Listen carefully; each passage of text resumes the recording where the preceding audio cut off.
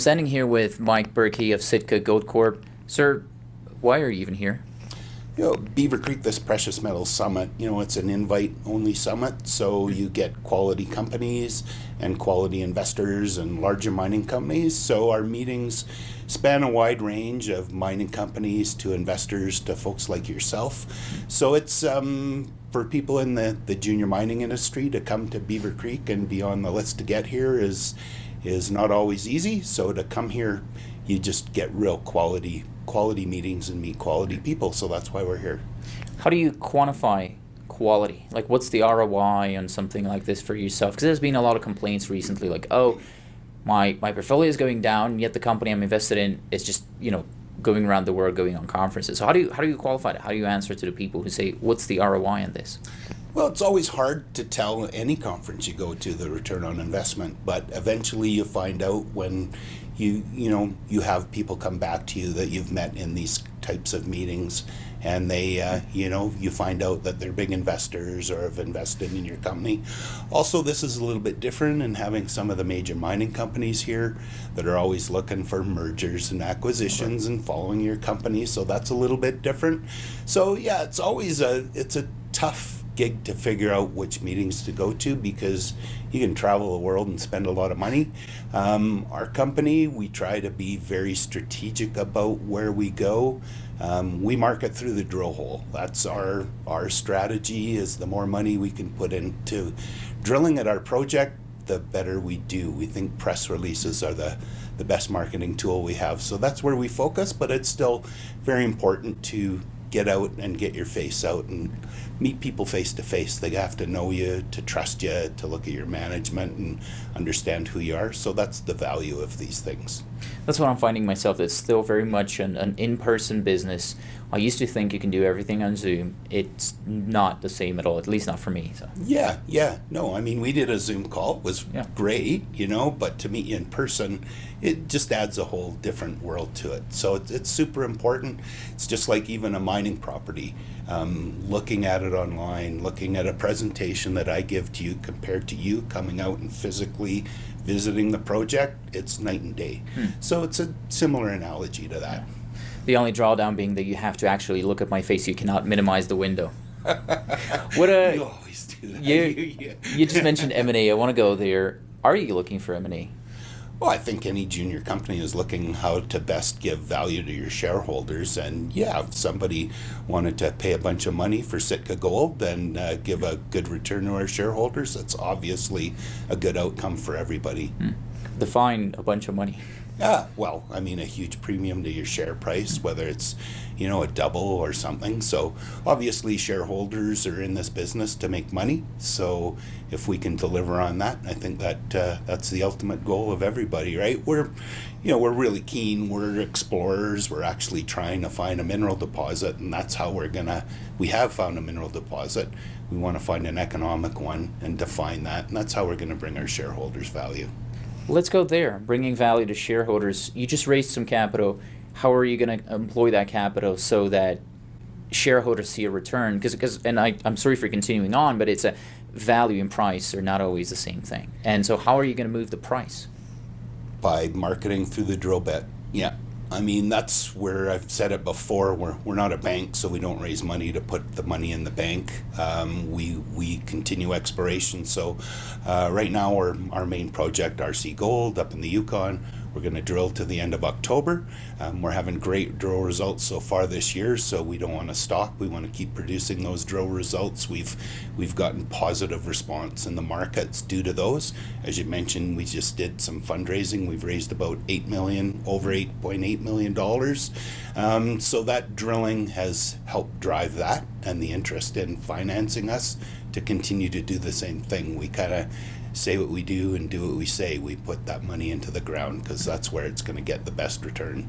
How much of it are you going to put into the ground? That $8 million. What's kind of the split between exploration and G&A? Our G&A, you've looked at it, it's pretty low. I forget the exact numbers, but we're pretty we're a pretty lean crew. Our CEO, and we have a very low salaried group. Then we just consult back. So our G&A, I don't know the number offhand, but it's very low compared to most. Is there like an internal model that you're working on? You're like, okay, we do 70-30 in the ground versus on G&A conferences and whatnot? No, we just try and minimize the amount of money we spend outside the drill bit. Yeah. Well, then maybe in absolute terms, how much money are you spending on drilling? What are you budgeting for your drill program? This year we're budgeting probably $5 or $6 million bucks. Okay. Our drilling costs are kind of $400 to $500 a meter. We did do some helicopter drilling. We do that even though we're a road accessible property. There are areas where we'll test with helicopter first before we put the time and effort into making drill roads and stuff. Less impact on the environment and the landscape. So we do that just as a corporate strategy to minimize our impact. So we do use the helicopter. That increases our costs a bit, but because we're road accessible, all the support for a helicopter supported program is lower. So our costs are just a little over $400 a meter all in. So that's a nice low cost. Okay. Well, what's the timeline on that drilling that you want to do, and how do you foresee your news flow over the coming months? Well, we won't spend our entire, bankroll this year, but we're going to go till the end of October. Our news flow is pretty constant. Drill assays are coming back in at fairly good pace. So we'll have news flow right till, obviously end of October. We'll finish drilling, and then probably a couple months after that. So the next couple of news releases are going to be assays? Yep. Okay, good. What happens after that? You're going to have to pause for the season, I suppose? Yeah, there's always that pause, and then, you hit January Roundup and PDAC and all those things. We do have other projects in our portfolio. We have the Alpha Gold and the Cortez Trend in Nevada. We have Burrow Creek, it's in Arizona. It's a gold-silver vein, and then Copper Mine up at Nunavut. That one we won't touch in the winter, obviously, but all our projects are permitted and drill ready. So, we may look at doing some winter work on some of our other projects in the south. This may sound like an obvious question for most companies out there, but is drilling the right thing to do right now? Why I'm asking you specifically is because of what's happened with Victoria Gold. I believe you did a deal with them kind of on the day that they announced their pad failure. So how is that influencing you? Are you getting questions from investors? Is this something you can do? Is it challenging you in any way? Yeah, it's been a challenge. Nobody likes to see a pad failure on a project, and so that has impacted Yukon explorers. But we're kind of past that initial reaction to it. The Victoria Gold incident is getting figured out. It did impact us in the short term, but as I mentioned, we've been able to raise money.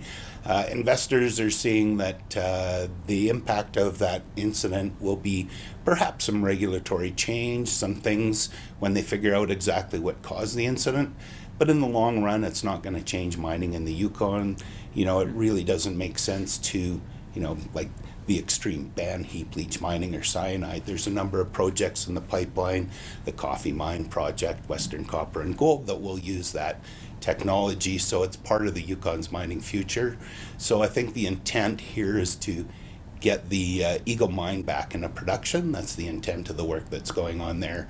And the long-term intent of mining in the Yukon is going to involve, heap leaching and cyanide and just figuring out how to, do it so that we don't have incidents like that again.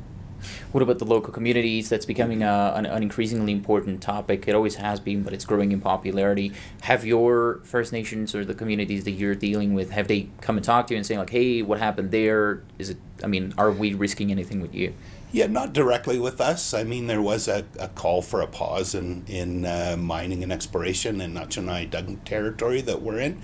But, it's been kind of back to business as usual.